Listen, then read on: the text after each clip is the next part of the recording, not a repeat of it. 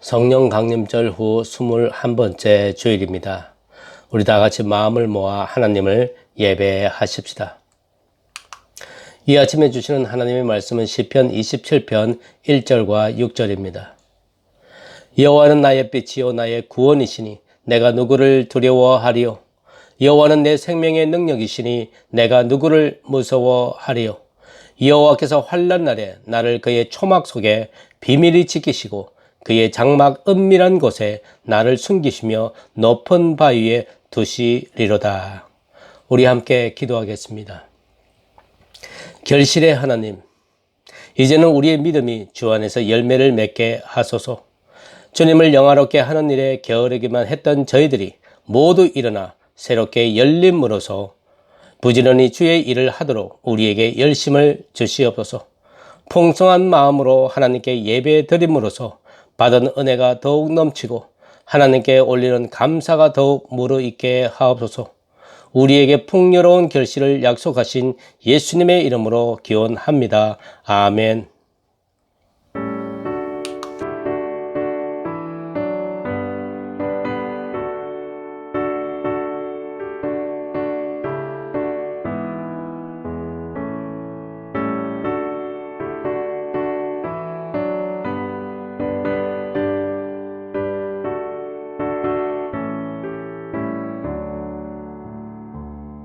오 놀라운 구세주 예수님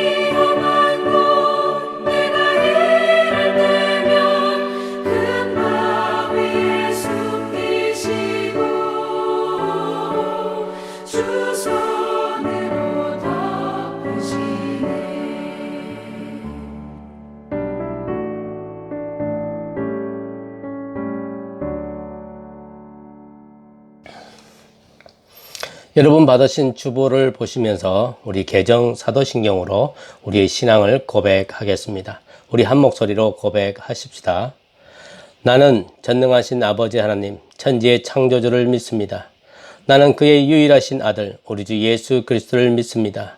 그는 성령으로 잉태되어 동정녀 마리아에게서 나시고 본디오 빌라도에게 고난을 받아 십자가에 못 박혀 죽으시고 장사된 지 사흘 만에 죽은 자 가운데서 다시 살아나셨으며 하늘에 오르시어 전능하신 아버지 하나님 우편에 앉아 계시다가 거기로부터 살아있는 자와 죽은 자를 심판하러 오십니다. 나는 성령을 믿으며 거룩한 공교회에 성도의 교제와 죄를 용서받는 것과 몸의 부활과 영생을 믿습니다. 아멘. 이제 옆에 계신 가족들과 함께 평화의 인사 나누십시다. 샬롬, 평강하십시오. 그렇게 우리 서로 인사하십시다. 평화의 인사를 나누시기를 바랍니다.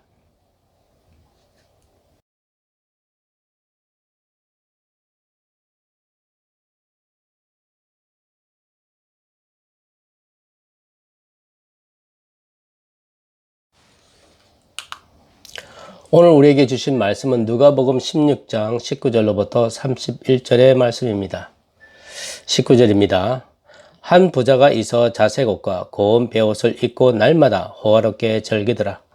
그런데 나사로라 이름하는 한 거지가 헌데 두송이로 그의 대문 앞에 버려진 채 그 부자의 상에서 떨어지는 것으로 배불리려 하며 심지어 개들이 와서 그 헌데를 핥더라. 이에 그 거지가 죽어 천사들에게 받들려 아브라함의 품에 들어가고 부자도 죽어 장사되매 그가 엄부에서 고통 중에 눈을 들어 멀리 아브라함과 그의 품에 있는 나사로를 보고 불러 이르되 아버지 아브라함이여 나를 긍휼히 여기사 나사로를 보내어 그 손가락 끝에 물을 찍어 내 혀를 서늘하게 하소서. 내가 이 불꽃 가운데서 괴로워하나이다. 아브라함이 이르되 예, 너는 살았을 때에 좋은 것을 받았고 나사로는 고난을 받았으니 이것을 기억하라. 이제 그는 여기서 위로를 받고 너는 괴로움을 받느니라. 그뿐 아니라 너희와 우리 사이에 큰 구렁텅이가 놓여 있어 여기서 너희에게 건너가고자 하되 갈 수 없고 거기서 우리에게 건너올 수도 없게 하였느니라. 이르되 그러면 아버지여 구하노니 나사로를 내 아버지의 집에 보내소서. 내 형제 다섯이 있으니 그들에게 정언하게 하여 그들로 이 고통받는 곳에 오지 않게 하소서.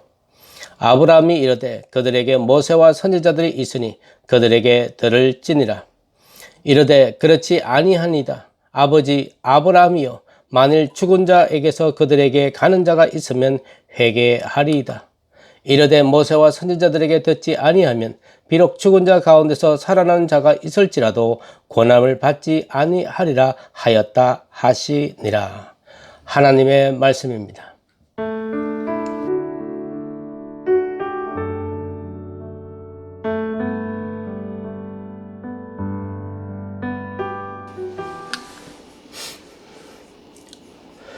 자색 옷과 고운 베옷을 입고 날마다 호화롭게 즐기던 부자가 있었습니다.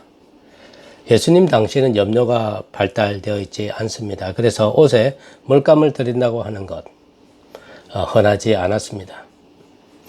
흔하지 않았기 때문에 가격은 매우 비쌌죠. 자색 옷은 고대 사회에서 최고로 고급스러운 옷으로 통했고 높은 사람들이나 귀족들이나 입을 수 있는 옷이었습니다. 한마디로 말하자면 이 부자는 로마의 귀족들 같이 일상을 살았다고 하는 거죠. 돈이 많았기 때문입니다. 여기서 즐겼다라는 이 표현은 누가복음 15장에 보시면 한 마리의 잃어버린 양을 잃어버린 목자, 한 드라크마를 잃어버린 여자, 그리고 집을 나간 둘째 아들을 기다리는 아버지가 잃어버렸던 것을 찾았을 때에 너무 기뻐서 만찬을 가짐으로 즐거워했다 했을 때 그 즐거움을 말합니다. 만찬은 부자가 주최하는 일종의 선행을 암시합니다. 만찬에서 부자가 준비한 호화로운 음식을 먹으며 이 만찬에 초대받은 사람들은 부자의 후덕한 선행을 칭송하곤 했습니다.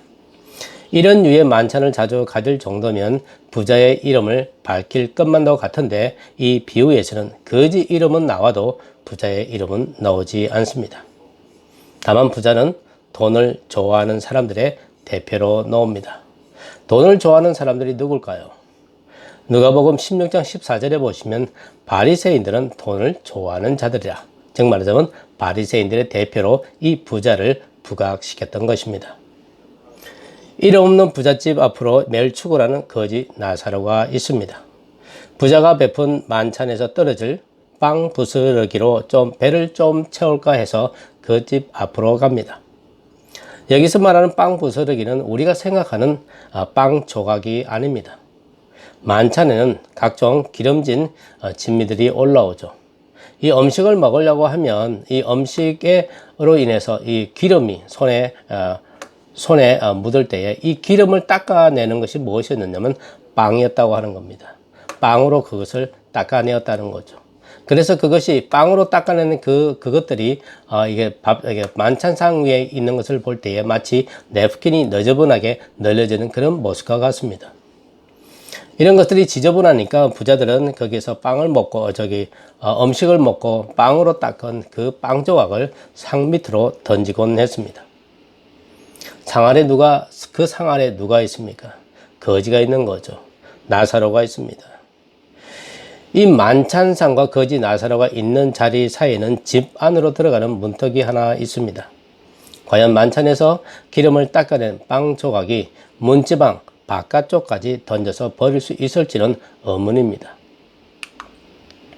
그 부잣집 문지방 너머 자리 잡고 만찬상에서 떨어지는 휴지 대체용 빵 부스러기로 흙이를 채우려고 했던 그 자리에 멍멍이도 있습니다. 멍멍이는 거지 나사로의 몸의 헌대를 핥았다고 했습니다. 무슨 말인가요? 부자를 비롯해서 만찬상을 둘러 앉은 사람들은 거지 나사로를 돌보지 않았는데 오직 멍멍이만 그를 돌봤다고 하는 거죠. 그러니 거지 나사로가 살만 나겠습니까? 빨리 죽어서 이 지긋지긋한 배고픔과 외로움에서 해방되고 싶어 했었겠죠. 여기까지 보면 세상 참 불공평하죠. 누구는 금수저 입에 물고 태어나서 밤낮 주야로 호화밤 만찬으로 놀아나고 자기 집 앞에 거지가 있는지도 모르고 살아갑니다. 아마도 거지를 본다면 동물원에 무슨 원숭이 보듯이 참 희한하게 보았을 것 같습니다. 또 누구는 흙수저를 입에 물고 태어나 밤낮 주야로 배고픔과 외로움에 떨어야 하니 얼마나 불공평합니까? 부자는 어떻게 하든 생명을 연장하기 위해서 모든 것을 잃어버릴 죽음의 순간을 피해가려고 몸에 좋다는 보약을 다 먹었을 것입니다. 거지는 하루 사는 것마저 괴롭고 힘들어 하나님, 제발 나 좀 데려가 주세요. 세상 참 불공평합니다. 하지만 하나님의 사전에는 불공평이 없습니다. 하나님 앞에 모든 인간은 공평한 대우를 받습니다. 모든 것을 잃어버리는 죽음의 순간을 맞이한다는 거죠. 이 죽음 앞에 빈부 귀천도 없고 공소시효도 없습니다. 하나님께서 공평하게 처리해 주십니다. 부자가 죽었습니다. 바리새인을 대표하는 부자가 죽으면 유대인이 머무는 곳 아브라함의 품으로 간다고 유대인들은 믿었습니다. 그리고 그것이 그들의 세상의 목표이기도 했습니다. 근데 부자가 간 곳은 고통이 있는 엄부에 가게 되었습니다. 여기서 엄부라고 하는 것은 지옥이 아닙니다. 죽은 사람이 머무는 곳을 말합니다. 유대식의 내세관이 그렇습니다. 사람이 죽으면 누구나 아주 깊은 구렁텅이에 빠지는데 이걸 구약에서는 수올이라고 합니다. 이곳은 죄의 대가로 심판을 받아 떨어지는 곳이 아니라 죽으면 누구나 가는 곳을 말합니다. 부자는 살아생전에 호합한 만찬을 열어서 선행을 했습니다. 성경을 가까이에서 율법대로 살았습니다. 죽어서 소홀에 잠시 머물다가 천사들에 의해서 들림을 받아 아브라함의 품에 안길 것이라는 믿음이 있었습니다. 부자가 눈을 떴습니다. 그리고 둘러보니까 자기는 깊은 구렁텅이에 떨어져 고통 중에 있고 저기 위에 아브라함의 품에 거지 나사로가 있는 것이 보이는 것이 아닙니까? 부자는 아마 그 순간에 생각했을 겁니다. 이거 뭐가 잘못됐다. 무슨 착오가 있지 않다면 이럴 수가 있겠는가? 왜 불결한 거지가 아브라함의 아버지의 품에 있는 거야? 이건 아니지. 부자가 가야 할 곳이 죄인이 있더라? 이건 명백히 자기 열조 조상에게 돌아갈 것이라는 자기 믿음과 예측이 완전히 빗나간 것을 말하는 거죠. 살아생전에 배웠던 율법에 배신을 당한 겁니다. 우리는 이 본문을 대하면서 자주 들었던 말이 이거죠. 거지 나사로는 예수를 믿어서 천국 갔고 부자는 믿지 않아서 지옥 갔다는 겁니다. 여러분은 어떻게 배웠습니까? 이 비유상으로 볼 때 부자도 거지 나사로도 하나님을 믿었습니다. 그 증거가 부자의 눈에 아브라함이 보였다는 데 있습니다.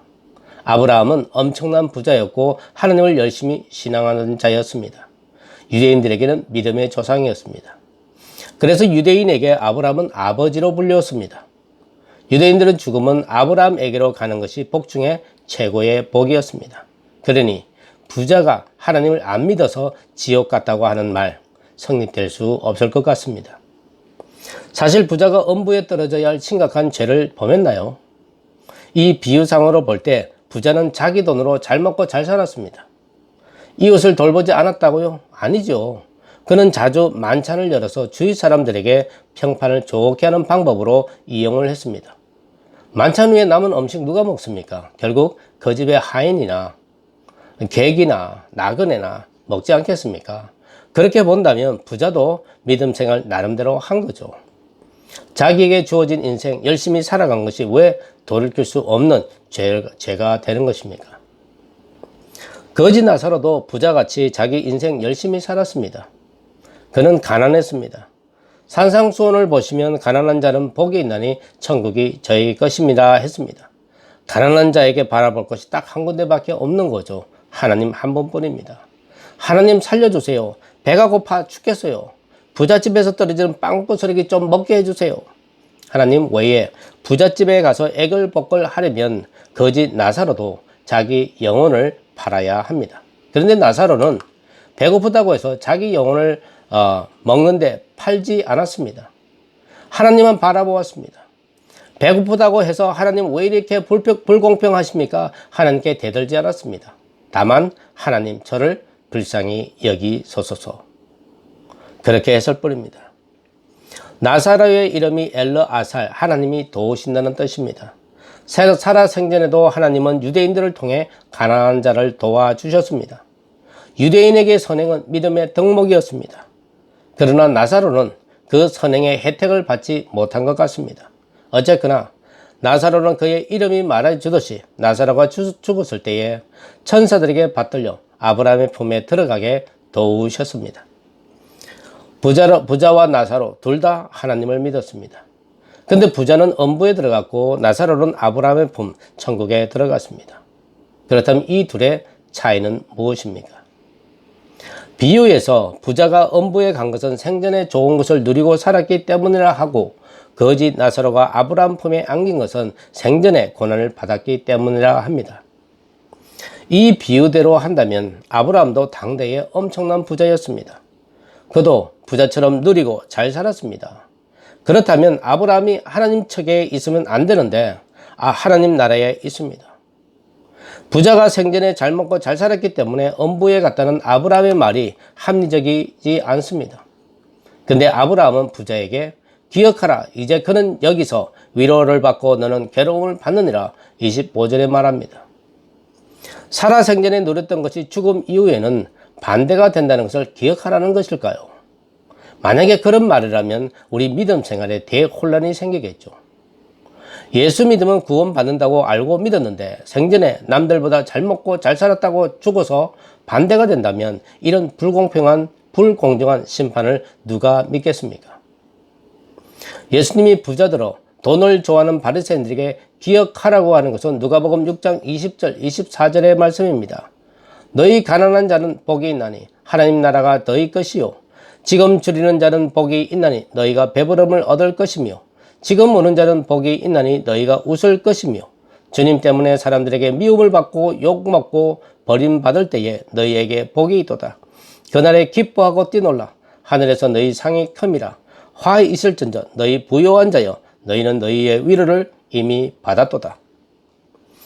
주님 때문에 욕먹고 미움당하고 버림당한 사람들이 바라볼 것은 딱 한 군데입니다.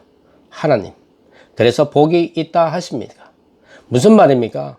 주님 때문에 고난받은 자의 삶의 중심에 주님이 계시고 부자 바리새인은 삶의 중심에 자기가 있었습니다. 부자가 하나님을 믿었다 해도 삶의 중심에 누구를 모시고 살았느냐에 달려 있습니다. 거지 나사로처럼 오로지 하나님만을 바라보고 살았느냐, 부자처럼 하나님을 믿는다고 하면서 자기 중심으로 잘 살았느냐에 따라서 실제로 믿었느냐 안 믿느냐의 차이가 생긴다는 것입니다. 결국 부자는 돈을 사랑하는 바리새인이 믿는 것은 만몬, 물신이었습니다. 만몬에 자기 영혼을 팔아먹은 부자, 그들의 결과는 무엇일까요? 음부의 고통입니다. 부자가 음부에서 고통이 심하니까 나사로 들어 물을 찍어 자기 혀를 서늘게 해달라고 합니다. 또 나사로를 자기 형제에게 돌려보내서 여기 오지 않게 해달라고 합니다. 아브라함이 뭐라고 말합니까?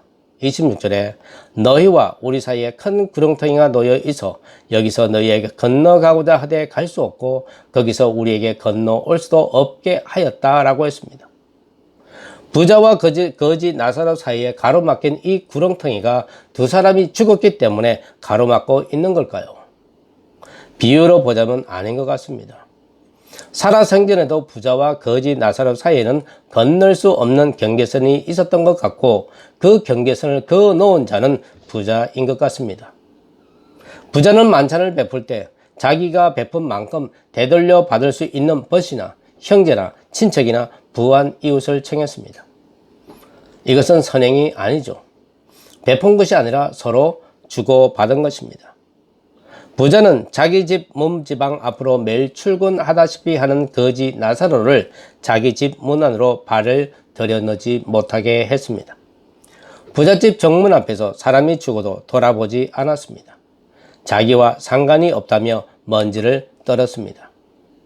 즉 부자가 거지 나사로에게 아주 큰 구렁텅이를 생전에서부터 그 둘 사이에 파 놓았다고 하는 겁니다. 자기 식탁에 음식이 남아 돌지언정 불결한 거지, 죄인 거지 나사로에게 식탁에 초청할 마음조차 없었다는 것입니다. 그렇다고 해서 부자가 거지 나사로를 박대하거나 소금을 뿌려 내쫓지 않았습니다. 또 하인이 그 빵 부서기를 거지 나사로에게 가져다 주는 것을 막지도 않았습니다. 그러나 그 정도로 부자가 믿음대로 살았다고 할 수가 없는 거죠. 지극히 작은 자에게 예수를 대하듯이 돕지 않는 것이 부자가 아브라함의 품에 안기지 못한 이유라고 예수님은 말씀하고 있습니다. 지극히 작은 자를 대한다고 하는 것, 부자가 나사로를 자기 식탁으로 초대하여 음식을 나눠야 한다는 것이 예수님의 가르침이었습니다. 예수님은 제자들에게 단순히 음식을 나눠주는 것이 믿음을 실천하는 것이 아니라 그들과 함께 식탁을 나누라고 합니다. 그것이 곧 하나님 나라의 식탁을 나누는 온전한 믿음이라고 말씀하고 있습니다. 오늘 이 본문은 예수님의 비유들 중에서 유일하게 이름이 나오는 비유입니다. 다른 비유들은 이름이 없습니다. 거기에 예수님이 비유를 통해서 하시려고 하는 메시지가 있다는 것이죠. 뭘까요? 하나님의 도우심을 구하는 자에게 하나님 나라가 저희의 것임이라는 것입니다. 예수님이 비유로 말씀하신 것은 하나같이 하나님 나라를 가르칠 때에 늘 지상의 이야기들, 즉 사람들 사이에서 고개를 끄덕이는 지극적인 상식적인 스토리를 가져다가 사용한 것이 바로 비유입니다. 이 비유를 사용했을 때 그 당시에 사람들은 공감했습니다. 그런 공감이 가능했던 이유는 예수님이 가져오신 이야기들 대부분이 예수님이 경험하신 삶의 이야기였다는 데 있습니다. 예수님의 공생애 직전까지 예수님의 직업은 목수였습니다. 예수님이 장남입니다. 아버지 요셉이 없는 가정에 가장 노릇을 해야 하니 직업을 가졌습니다. 목수가 하는 일은 나무를 다루는 일입니다.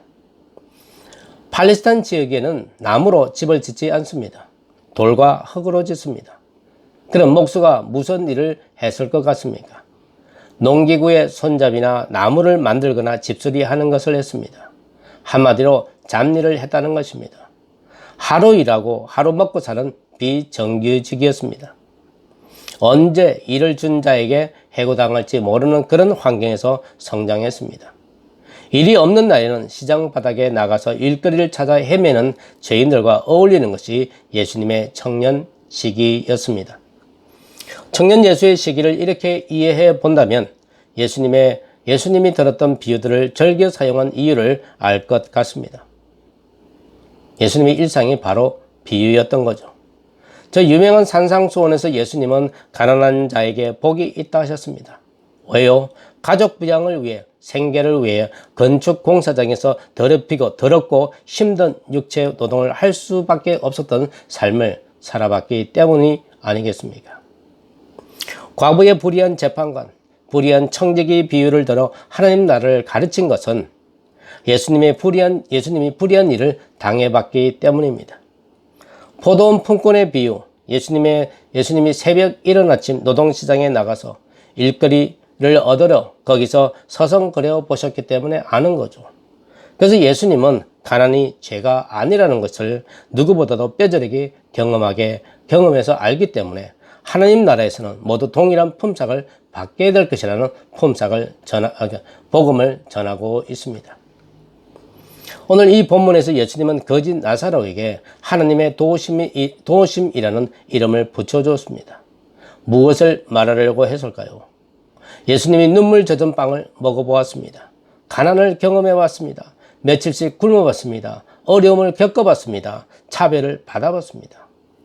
예수님의 식탁에는 늘 예수님이 한 번쯤은 경험해본 그 경험을 해본 가난한 자, 차별당하는 자, 억눌린 자, 억압당하는 자, 사회로부터 소외당하는 자들이 함께 부자들이 기름진 음식을 씻어내는 냅킨용으로 사용하는 빵을 중심으로 옹기종기 모여 하나님 나라를 보았다는 것입니다.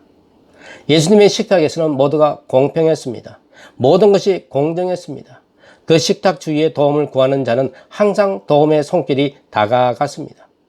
그 식탁에는 부자와 거지 나사로를 분리하는 경계선이 없었습니다.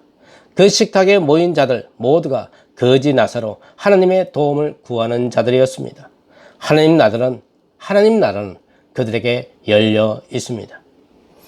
우리 집 문 앞에서 억울한 일을 당해 도움을 구하는 자를 외면한다면 우리는 하나님 나라 꿈도 못 꿉니다. 우리가 하나님만 바라보는 사람들이라면 하나님의 시선이 모이는 가난한 자, 억울한 자, 차별당하는 자의 호소를 외면할 수가 없습니다. 왜 그럴까요?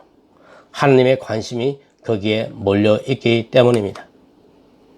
우리 교회 식탁에 누가 초청을 받고 있습니까? 앞으로 우리 교회에 나올 사람만 초청을 하고 있습니까? 아니면 예수 믿는 사람만 우리의 식탁에 앉을 수가 있습니까? 그것도 아니라면 우리 교회 문 앞에서 도움을 구하는 사람, 그의 외모가 어떻든 상관하지 않고 오로지 하나님만 바라보는 신앙으로 가난한 자들과 몸 불편한 자들과 전원자들과 맹인 같은 지극히 작은 자를 마치 주님을 대하듯 여러분의 식탁에, 우리 교회의 식탁에 초청할 수 있는 우리 교회가 되기를 간절히 바라며 주님의 이름으로 축원합니다. 아멘.